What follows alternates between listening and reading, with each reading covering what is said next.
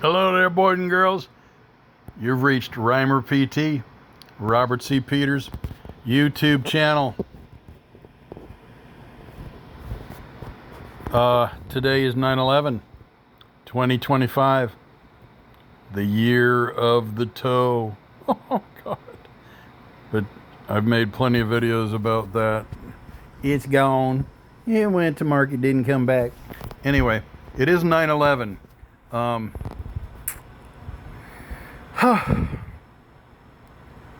9/11. You know. Everybody knows. The whole flippin' world knows. And I thought you might like to know how a military man feels about all of this. When it happened, I was really pissed. Really pissed. I was ready to lose 100 pounds and get back in my uniform and get back out at sea. Now, our nation, United States of America, has completely turned upside down. There are things going on that are mind-blowing. And I don't know if it's entirely the fault of people who hate us. I mean, that's got a great deal to do with it. But what the hell, people? I'm right on the cusp of being a boomer. I am a boomer. Born in '63. So I just made it as a boomer. I'm not a Gen Xer. I've lived through shit that these new people nowadays, the teenagers or our young 20-year-olds or something, couldn't even fathom. I mean, hey, you guys, you know what a rotary telephone is? Do you know how to dial a rotary telephone? Hey, do you even know how to tell time without it being digital? Have you ever had a key for your roller skates? Did you even know that roller skates had keys? If I showed you a cassette tape, would you even know what it was? If I showed you an 8-track tape, would you even know what it was?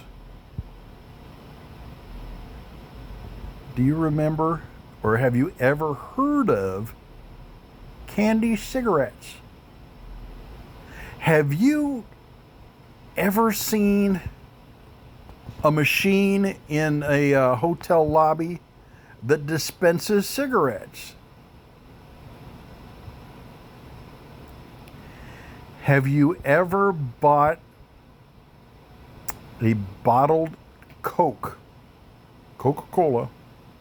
out of a machine where you open a little door after paying your quarter and pulling out an ice cold bottle of Coca-Cola?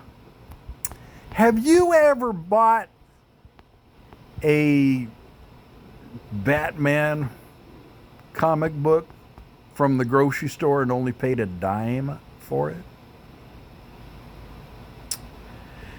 Have you ever bought a large candy bar? A large one, a big one, like a Three Musketeer bar, for a nickel? Have you ever collected bottles on the side of the road, taken them to the grocery store, giving them to one of the cashiers, and they give you like a dime for it? I think it was a dime. I don't know. We got paid for bottles. Nowadays, you've got a recycle center. No, back in the day, you could go grab 2 or 3 bottles that you found on the side of the road. You could give them to the cashier at your local grocery store. In my case, it was called Jumbo Market. on the corner of, oh damn, Florin and Power Inn. Right over there was called Jumbo Market. Yeah. I think that's where it was. Anyway, we would ride our bicycles. We'd look around and look around and look around and look around, collect bottles. And then we would go to the Jumbo Market and trade them in for whatever they gave us for them. It wasn't much, but it was money. And then we would buy candy and soda pops and make ourselves sick.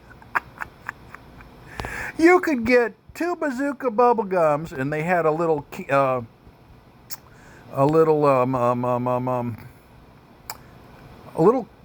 comic strip inside of them.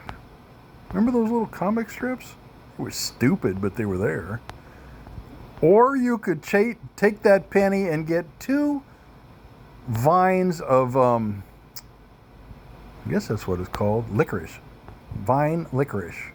And they had licorice flavor, or they had like a cherry flavor. Yeah. For a penny. What else? Good gracious. Have you ever played croquet? Do you even know what croquet is?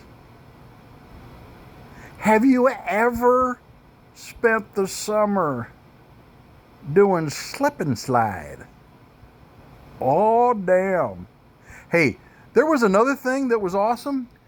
I don't remember what it was called, but there was this little rocket ship about the size of the palm of your hand.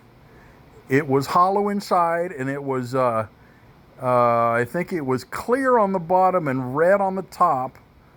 And you would hook it to this little, kind of like what you would use to pump up a bicycle, like a little pump. But it would hook on the end of that. First you would fill that little rocket with water. And then you would clip it onto this little pump. And you would pump until you couldn't pump anymore. And then you would kind of turn your head and hope it didn't bust. And you would flip a little switch. And that little rocket would head to the sky, spitting out water and just going a lickety-split. Good God, that thing was fun. Dangerous as hell. That's probably why you wouldn't see them anymore. And you ever done that? You have any idea what I'm talking about? Search the internet. See if you can find that. That sucker is cool. We had these little pistols that shot these little discs. In fact, I've got 2 of them. I looked those up and bought them. I had to look like crazy. They're not hard. They're kind of hard to find. But they shot these little discs that were about the size of a penny. And the discs were made out of hard plastic. And they had holes in them. It wasn't completely solid. It had holes in them, kind of a spiral shape holes in them. And you could stack maybe 20 of those little discs in the handle of the guns, and the guns, pew pew, they shot like crazy, and it came out of the tip of that little gun, and it shot a fair distance. We were constantly chasing those little discs to make sure we still had ammo, but man, did we have fun with that. Oh, goddamn, that was cool. And then there was another little gun that shot these little teeny tiny, about half the size of a pea, and they were yellow, fluorescent yellow, hard plastic, actually more rubbery, and they shot out of that gun. Pew pew pew pew. Nowadays, I don't think they've got anything that actually has a projectile. That's bad. Oh no, Junior will get hurt. Wah. You guys are a bunch of fucking pussies. We used to climb on the jungle gym. It had sharp edges. We had bruises and scars all over the damn place. We'd go home with a big old gash in our arm, and Mom would kiss it and make it feel better. It's okay, baby. You'll be all right. And then they would slather on the mercurochrome. Do you remember that red stuff? Oh, it burned like crazy, but it made it all better. Yeah, made it all better. And we had just Band-Aids. The container was made out of metal. You flip the top out of it and you dig out a Band-Aid. There wasn't none of this SpongeBob SquarePants bullshit. Band-Aid. And usually you didn't even get a Band-Aid. You'd put it under the sink, wash it off with soap and water. And that stung. And then she would slather it up with Mercurochrome and it would be all red. Kind of dab it with a Kleenex. Yes, Kleenex out of the Kleenex box. It wasn't tissue. It was Kleenex. It was out of the Kleenex box. Oh my God. Oh! And cell phones. Jesus. Nobody'd ever heard of a cell phone. We didn't carry around a bottled water everywhere we went either. We would drink out of the neighbor's hose. We would turn it on, drink out of the hose. Hell, I remember being about 5 years old and drinking out of the gutter. I bent over and slurped it right out of the gutter. I didn't give a damn. I was thirsty. Oh, you guys ever seen a real Frisbee, a Wham-O Frisbee? How about a Duncan yo-yo? An Imperial Duncan yo-yo. Look it up. How about a butterfly yo-yo? Do you even know how to yo-yo? What about an Etch-a-Sketch? I could draw like crazy with an Etch-a-Sketch. I learned that if you do both knobs at the same time, it doesn't necessarily make a straight line. You can curve it. You could draw all kinds of stuff with an Etch-a-Sketch. And if you didn't like it, you turned it upside down and shook it. And all of the sand or whatever the hell the magic dust inside of that was would erase it. And you could try again. Yeah. Yeah. Oh, God, what else? Oh, slot car racetrack. Oh, they were awesome. Dude, if you've never seen a slot car racetrack, you need to try to find one of them. They're awesome. You could stick this little car on it. Picture a black racetrack made out of hard plastic, and the entire thing was electric. And they hooked together, and you plug it into the wall, and for whatever reason, it didn't electrocute you. They had it low key, I guess. And you had these cars that had a little poke down thing. I don't know what you call it.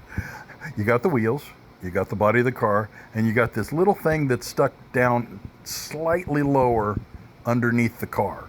And you would take that little thing and you would put it in the slot of the track, and you had a little handheld trigger device. You would pull that little trigger and zzz, that little sucker would go off on that track 1,000,000 miles an hour. And we would race and race and race around the slot car racetrack. Oh my God. They were awesome. Oh man. And then, Christmas time was glorious. Because your friends would get something and you would get something, and you'd go over to your friend's house and you'd play with his toys. He'd come over to your house and he'd play with your toys. And then after about a week, everybody was bored, and then we would hike up in the hills and play in our forts again. El Dorado Hills, before it was overrun with houses everywhere. We would hop a fence and we'd be out there messing around with the cows. Yeah. Governor's Village, El Dorado Hills is where I lived. Oh, it was glorious. Anyway, 9/11. I can't even wrap my mind around all of the crazy shit that's going on in our world nowadays. I've backed away from it. I'm just kind of living my life, hoping that the world doesn't cave in around me. I was couple 3, maybe even 5 years ago, extremely active on TikTok, playing politics. I'm a Trump supporter, but that's neither here nor there. I was playing politics like crazy on TikTok. I had about 47,000 followers, and I was playing sides against sides. I was supporting this, and then stuff would come across my screen, and I would do a duet, and then basically I was trolling, and I was messing with the other side. I was messing with our side. I was getting everybody to get up in my comments and kind of battle. Nuh-uh, yes, huh? Nuh-uh, yes, huh? I played it. I played it like a harp. I had so many followers within a short amount of time. And I was following politics. I was following politics pretty closely. This was right about the time that fresh into the Biden administration, and it was ripe for the picking, because there was all kinds of people bitching about this and bitching about that, Trump this and Trump that, Biden this and Biden that, and back and forth on TikTok. And I made them kind of battle against one another in my comments. And I got a lot of followers that liked to see what I had to say about stuff. And I did that for a while, and my wife is like, you're a different person. What's going on? And she's so smart. My wife is amazingly smart. She narrowed it down to the TikTok that I was doing and the politics and the TikTok that I was doing. And she said, you need to stop, back away, close those damn accounts, quit doing TikTok. And I did, because my wife is the boss. The two most important words in the English language are yes, dear. So I yes, deared. And I backed away from TikTok. And you know what? Within about 2 weeks, I was a much happier person. Yep. Oh, it was crazy. Following politics is just, tell you what, the world is going to keep on spinning, even if you back away from politics and just kind of live your life. You're going to notice things. You're going to see gas prices go up. You're going to see gas prices go down. You're going to see chickens charging $100 for their eggs. You're going to see crazy stuff going on. But if you back away from politics and you turn off the television and you don't pay too much attention to news in general, you're going to be a happier person. I am. I swear to God. And then, of course, pay attention to the Bible and know that Jesus loves you. And if you have him in your heart and you go day by day by day, looking around and seeing all the glorious things that he's given you, all of the things that can make you happy if you just take the time to let it, it's all because of God. It's all because of Jesus. People ask me often, Robert, how come you're so happy all the time? And I tell them, hey, there's 3 things. Number 1, I'm highly caffeinated. Number 2, I'm highly medicated. And number 3, the most important part, I've got Jesus in my heart. And the 3 of those things together make me bulletproof. For God's sakes, I lost my big toe. I'm out of work until a little bit after the 21st of this month, the 21st of September 2025. Going to be out of work until then at least. But you know what? I'm good to go. I can walk just fine. I feel just fine. I've got 100,000 doctors and nurses taking care of me like I'm a silver dollar. Love it. But without my love of Jesus, I could be wallowing in self-pity. Nope. Robert C. Peters is making a video about 9/11. God bless you, boys and girls. And you youngins, don't be eating them damn Tide Pods, you idiot. Open up the Bible. Jesus loves you, baby. God bless.